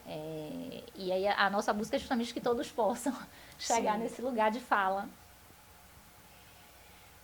Eu fico pensando que eu queria até te perguntar para ouvir assim, se quando foi feito o diagnóstico, se te trouxe algum conforto, o diagnóstico, enfim, né, fechado, te ajudou? Com certeza, porque antes do diagnóstico fica na cabeça que a gente só é muito diferente e a gente fica sem entender por que a gente é tão diferente, por que a gente tem essas dificuldades que as outras pessoas aparentam não ter, de por que é para os outros é mais fácil ter amigos, porque para os outros é mais fácil certas situações e para mim não é. O que é que tem de errado comigo? E aí quando você entende que não é questão de que você é errado ou é só porque você é diferente e está tudo bem ser diferente, dá uma sensação de alívio muito grande. Porque você começa a entender que aquelas coisas que as pessoas ou que você mesmo sentia incômodo tem um motivo. Então, a forma de se adaptar, de conhecer seus limites, de começar a se cuidar de fato, muda completamente. Porque antes era, não, eu tenho que ficar nessa situação porque é esperado de mim ficar nessa situação. Hoje eu sei que eu falo para os meus pais, por exemplo, lá tem uma reunião de família, sei lá, Natal. É muita gente, é muita coisa. Então, eu já falo pro meu pai, olha, eu vou ficar aqui o máximo que der, mas vai ter uma hora que eu vou precisar sair, porque eu não vou aguentar ficar tanto tempo aqui, não. Aí ele até já fala, é sua bateria social, né? Eu falo, minha bateria social. Então, assim, antes, quando eu era menor, e quando não tinha um diagnóstico, essas situações causavam muito estresse, a ponto de acontecer briga, de acontecer confusões, porque não se entendia por que eu ficava com mais irritabilidade, por que eu começava a não falar com direito com as pessoas que estavam ali, enfim, é só uma questão de que como você começa a entender o que está acontecendo, tem alívio e também tem maior compreensão da família, sabe? Passou a parar de ser uma birra ou alguma coisa de má educação para ser, não, é o jeito que funciona, é o jeito que eu funciono, eu preciso dessas coisas para estar bem. E aí a adaptação, a forma como eu começo a lidar com as coisas é diferente e melhora muito. Inclusive para questões de ansiedade, de depressão. Essas sensações acabam sendo amenizadas, né? Você começa a ter um olhar diferente até na própria terapia, de como que você vai lidar com essas coisas. Então, com certeza, ter um diagnóstico é ótimo, porque você começa a se conhecer de uma forma diferente. Vamos pro próximo bloco, senão a gente toma o horário delas e elas não voltam nunca mais. A gente pensou aqui num bate e volta, sabe? Para poder falar sobre mitos comuns do autismo. Quer fazer, Ju? Ah, pode ser. Alguns mitos que são comuns que a gente ouve por aí. O primeiro seria: autista não tem emoção. Eu vou falar, bate e volta, mas vou falar um conceito que a gente fala que é teoria da mente. Teoria da mente é quando a gente consegue inferir o que você está pensando, o que você está sentindo, para eu modular como a gente vai conversar. Sim. Por que eu tô falando desse conceito? As pessoas que estão no espectro têm um pouco mais de dificuldade nisso, mas não significa que ela não sente. Perfeito. Então, ela tem mito. emoção, ela tem sentimento, ela tem outras formas que a gente às vezes não consegue acessar no verbal, mas no não verbal, nosso corpo também fala, né? Então, aqui gesticulando, então eu também tenho essa forma de me comunicar. Sim. Então, não, isso é um grande mito. As pessoas no espectro têm sentimento, têm emoção, têm história, e a gente tem que reconhecer isso. Então, É mito. É só uma fase. É mito. É mito. Isso É só uma fase. É mito também. Na verdade, não tem que esperar, né? Essa fase vai passar sozinha, né? Eu lembro que a minha, quando começou a ter atraso da linguagem, então uma criança de 1 ano e meio normalmente combina palavras. E eu percebi que a linguagem não estava... Foi a primeira coisa, foi o atraso na linguagem. E aí as pessoas falavam para mim assim: o pai é francês, ela escuta 2 línguas, por isso que está demorando de falar. E eu falei: mas a mais velha é o mesmo pai, né, a mesma casa, e falou no tempo certo. Então, assim, na época, eu tive um pouco disso das pessoas próximas, e eles diziam assim: não, mas tá no tempo, né? É uma fase. Não tem que esperar. Se tem sinais de atraso, se tem suspeita, intervenção precoce, haja cedo. Todo autista é superdotado. pronto. Aí outro conceito que a gente não falou, mas já que a gente está falando de termo também, que é a parte acadêmica, teoria da dupla excepcionalidade. É um termo que a gente usa quando o indivíduo está no espectro e tem uma outra condição. Como assim, Aline? Um TDAH, um transtorno depressivo, outra condição. É o termo que a gente usa. Então, nem todos os indivíduos que estão no transtorno do espectro do autismo vão ser superdotados. Como a Nanda falou, tem um especificador lá no CID-11 que é com deficiência intelectual, com inteligência preservada, ou as pessoas que têm superdotação. Então, e também tem pessoas que têm altas habilidades, superdotação, que não têm autismo, só tem essa condição que seria um outro podcast, seria um outro tema para a gente dialogar. Então, é um mito, né? Então, só para vocês terem noção, 30% das pessoas no espectro vão ter deficiência intelectual, aí em torno de 30%. Os demais, inteligência preservada e aí altas habilidades que a gente pode falar no outro momento. Essa próxima, se fosse alguns anos atrás, ia dar uma confusão retada. Vacina da autismo. É mito também, né? A gente não tem como dizer assim, isso causa autismo, né? Assim, foi esse fator, né? A gente sabe que existe aí um conglomerado de fatores. Eu costumo pensar que se a gente fosse pensar de uma forma ainda intraútero, né? Na divisão celular, na multiplicação, na organização desse cérebro, qualquer coisa que impacte essa organização, né? Ainda da neurogênese a gente está falando, né? Pode levar a alterações do neurodesenvolvimento, né? E aí todos os transtornos do neurodesenvolvimento, diabetes gestacional, hipertensão, uso de medicações, infecções, estresse, né? Hoje a gente fala, inclusive, da questão da melatonina no desenvolvimento do cérebro, as gestantes com o uso de telas. Então, já tem estudo mostrando que a gestante usando tela em excesso, isso vai impactar na melatonina da mãe. E a gente sabe que o bebê nasce com a melatonina materna, depois é que ele começa a síntese da melatonina, né? Então, isso também vai inferir na formação do feto. Então, é tudo. A gente realmente tem aí, já tem alguns genes descritos, né? Quando como a Aline falou, é tema para outro podcast, falar da genética do autismo. A gente sabe que existem já genes, mas a gente não conhece todos. Então, essa questão multifatorial aí a gente ainda vai discutir durante um tempo. Não vai sair em setembro aí o resultado final, não. A gente ainda vai caminhar bastante. O outro seria: autistas não podem ter autonomia.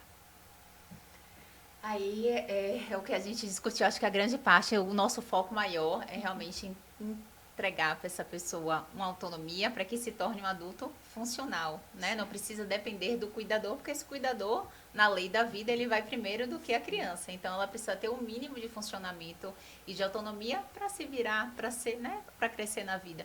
Então, claro que o nível 3 de suporte com comorbidades vai ser um pouco mais difícil para ter essa autonomia. Não significa que vai ser impossível. Depende muito do como a gente vai elaborar esse plano terapêutico singular. Sim. Então, eu diria que depende, mas no geral seria um mito. Sim. É como a Aline pontuou essa questão assim, né, de pessoas que têm quadros mais graves, sobretudo quando tem deficiência intelectual, né, um retardo mental mais profundo. Então, são pessoas que realmente vão precisar de apoio a vida inteira. E nessa linha, né, assim, de que os pais habitualmente vão primeiro, quem cuida, né, dessa pessoa depois da partida da família, do responsável, porque algumas pessoas realmente vão precisar de cuidar da vida inteira. Bom, eu acho que dessa mesa aqui eu fui o leigo, tá? Então eu fiz o papel de leigo. Eu acho que foi uma mesa de muita compreensão, de um diálogo importante. Para mim, enquanto, mais uma vez, leigo, enquanto estudante da área, me deu foi mais vontade de estudar, porque realmente vocês trouxeram muita coisa que é muito valioso e que às vezes talvez eu não teria nem conhecimento se não fosse através desse podcast. Eu queria agradecer a oportunidade, tá certo? Em nome do IF, eu queria agradecer a Liga, tá, Gil? Eu queria agradecer as doutoras que enriqueceram, mas eu queria, para encerrar, aquele momento recorte para ir para a rede social, que vocês fizessem uma mensagem para as pessoas que lidam com TDAH, ou com TEA, perdão, para aquelas pessoas que estão lidando com um companheiro, com um filho, com um amigo, com um irmão, com um pai, ou enfim, para essas pessoas que estão em contato, o que é que vocês têm a dizer? Doutora, primeiro. É um dia de cada vez, né? Eu acho que a gente não pode desistir, precisa começar, né? É como eu falei, não dá para olhar muito lá para frente, é o hoje, né? E buscar intervenção precoce. Eu sei que está difícil, são poucos os locais de acesso, são poucos os especialistas, né? Mas reforçar a importância do pediatra, que é o primeiro, né? Que está ali, que vê essa criança no primeiro momento. Então, reforçar a importância da pediatria, das consultas regulares com o pediatra, da orientação dos pais para vigilância de sinais de atraso do desenvolvimento para intervenção precoce, né? O diagnóstico tardio, ele realmente traz várias complicações e diminui essas chances da neuroplasticidade para a funcionalidade, né, do indivíduo. Então, eu estou muito feliz de estar aqui hoje, num mês tão significativo, né, que é o mês de abril, é o mês de conscientização, e trazendo de novo o slogan da campanha desse ano, que, né, que a informação gera empatia, empatia gera respeito, justamente da gente pensar na informação, de multiplicar a informação e saber que não é um rótulo. A gente não vai ver pessoas iguais, né? Quando a gente fala de TEA, lembrar que a gente está falando de espectro. E, sobretudo, como a Aline traz muito, a singularidade do sujeito. A gente tem que pensar nisso. Perfeito. Eu tenho que agradecer o convite. Eu acho que a gente precisa divulgar informações de qualidade, com ciência, e não muita informação que a gente vê na rede, que às vezes não tem fundamento. Então, eu penso que busquem sempre informações de qualidade. Hoje a gente tem vários meios, né? OMS, faculdades, ligas que proporcionam esse diálogo. E sempre digo que sempre tem que ter esperança, buscar sua rede de apoio. Às vezes você não tem um familiar, mas tem mães que são, né? Que tem crianças na condição de neurodiversidade. Então, tentar se acolher também nesse processo, senão fica muito difícil, pesa demais. E aí você não vai conseguir entregar também o que você pode para seu filho, né? Para o seu ente querido, enfim, quem tem essa condição. Então, como Nanda disse, um dia de cada vez e um dia de cada vez sempre com alguém, porque sozinho nesse processo é bem difícil, é mais complicado.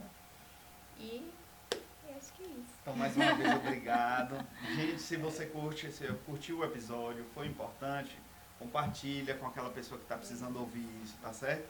Compartilha, porque isso vai ajudar cada pessoa que está passando por dificuldade. Essas mensagens finais, então, vão ajudar demais, tá certo? Segue a gente nas redes sociais, vai estar aí embaixo, vocês podem seguir a gente, que ajuda a passar informação com qualidade. Mais uma vez, muito obrigado. Vocês querem dizer o Instagram de vocês, ou a forma de... Perfeito. Sim. Perfeito. Vocês querem dizer o Instagram de vocês? Sim. Então, o meu Instagram tá como doutora Aline Alira. Essa é a plataforma do Instagram.